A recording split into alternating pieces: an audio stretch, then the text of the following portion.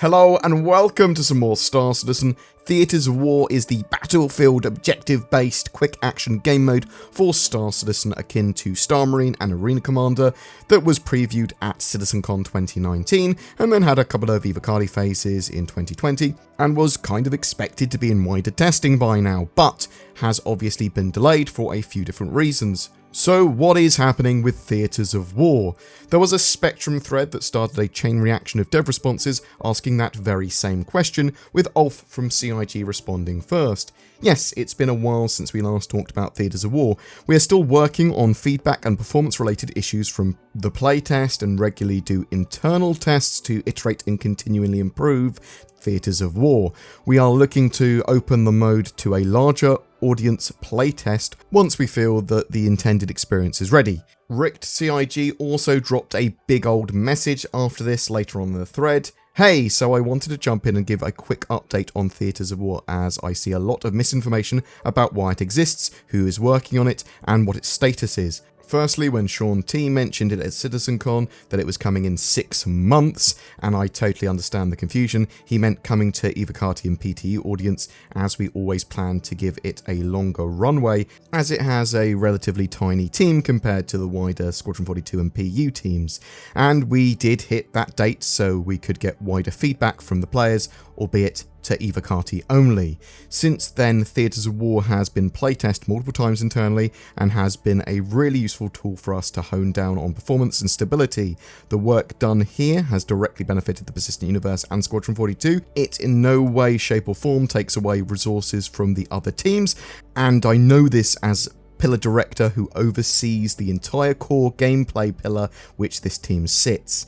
We have also used it as a benchmark for testing out different weapons, and it has directly contributed into making some of our newer weapons much tighter on launch, such as the ATSCAV sniper rifle and the P6LR and the C54, and even the newly released FS9. Secondly, the team that is working on Theatres of War has been directly working on addressing the feedback from our last test, which is mainly to make sure that we're trying to replicate what a distilled down version of the Persistent Universe would play like rather than a Battlefield clone, which serves no one. This is invaluable to me and the wider team as it helps us drive the core mixed arms experience. Obviously, I totally understand it's not a direct one-to-one comparison, but we are working towards making it feel more like the PU, i.e. death is more meaningful, more strategic gunplay, you can go anywhere you want, no boundaries, etc. Thirdly, we will be bringing Theatres of War shortly to EVO again.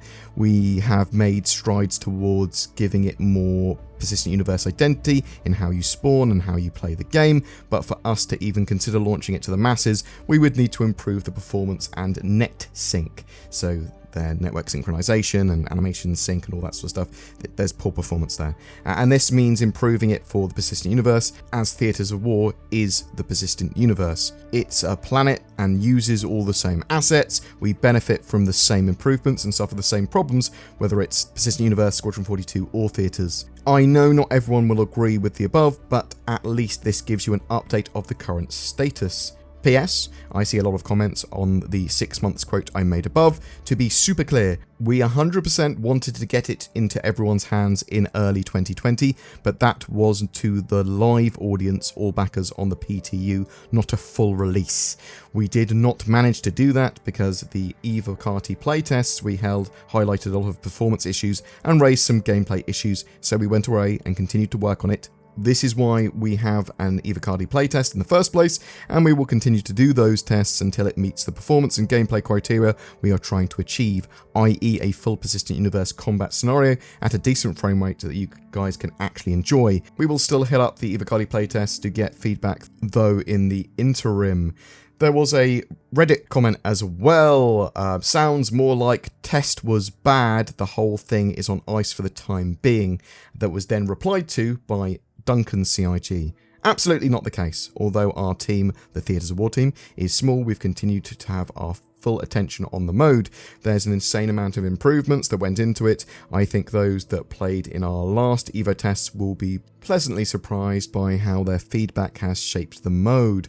The playtest I was in last week was so much fun, and I am super excited to see you guys get your hands on it. However, there's still some work to be done before we'd benefit from another round of Evocati or public playtesting. I know soon TM isn't the answer that you want to see, but all good things take time. Rushing it out before it's ready does no one any good. So it appears that Theatres of War just isn't ready yet for wider testing. As with many things in Star Citizen, they do suffer from delays, and fixes to some of the issues that appear to be in Theatres of War require core tech that's coming. It does sound like they want performance gains, that they want netcode improvements, and obviously it needs to be relatively polished before it's released. You don't want a half-assed mode in-game, especially now for Star Citizen, when the development has been on for quite a while, and this would be much more of a game mode that would probably see a lot more people playing it. It will get a lot more eyes on it, and they need to release something that is relatively good.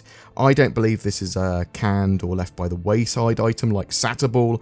I'm personally looking forward to Theatres of War for streaming purposes, so it gives me something quick and easy to play and record and do while I'm talking about Star Citizen live on stream. And Zin can play it, and requires less focus, at least for me, than playing Star Citizen in the persistent universe. We will have to wait and see where the development of Theatres of War goes over the next few quarters, but it's done when it's done, no compromise. That's sort of the current mantra of Star Citizen, and I can only relay to you what Cloud Imperium say on that matter. It does need to be good and polished as an experience before it goes to a wider audience. It doesn't need to be perfect, but it does need to be akin to something like an early access test, not super alpha, super buggy, super laggy, low frame rate.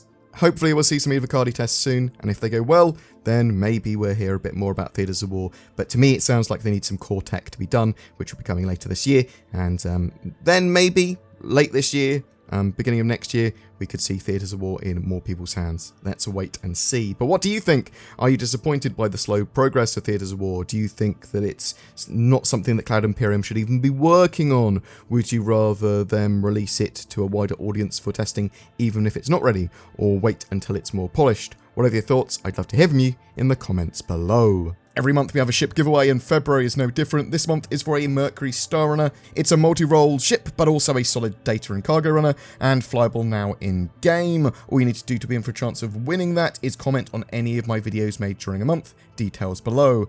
I'm also a massive shill for NordVPN. If you are looking for a VPN service, and you should, then NordVPN acts as a fleet of ships protecting your data from prying eyes while also providing privacy like a ship would. Enjoy the interwebs without borders, securely and safely. Use the links below for discount. I can't promise it will make your life better, but I can imply that. Also, there is Game Glass. Do you have a touchscreen device that you want to use as a diegetic controller or interactive panel for Star Citizen and other games? Check out Game Glass. It's free for life for the basic version, and you can buy additional shards or functionality or subscribe for more as well. A special thank you for everyone that goes the extra mile to become a channel member or Patreon, as well as just liking, subscribing, or sharing these videos. If you would like to further support the channel, then please consider using the YouTube join button below my videos and becoming a BoredGamer channel member. You'll get some exclusive content each month, as well as badges that appear in the comments section of videos and emotes that you can use and all that sort of jazz. Thank you so much for checking out my content. You take care, and I hope to see you in the verse.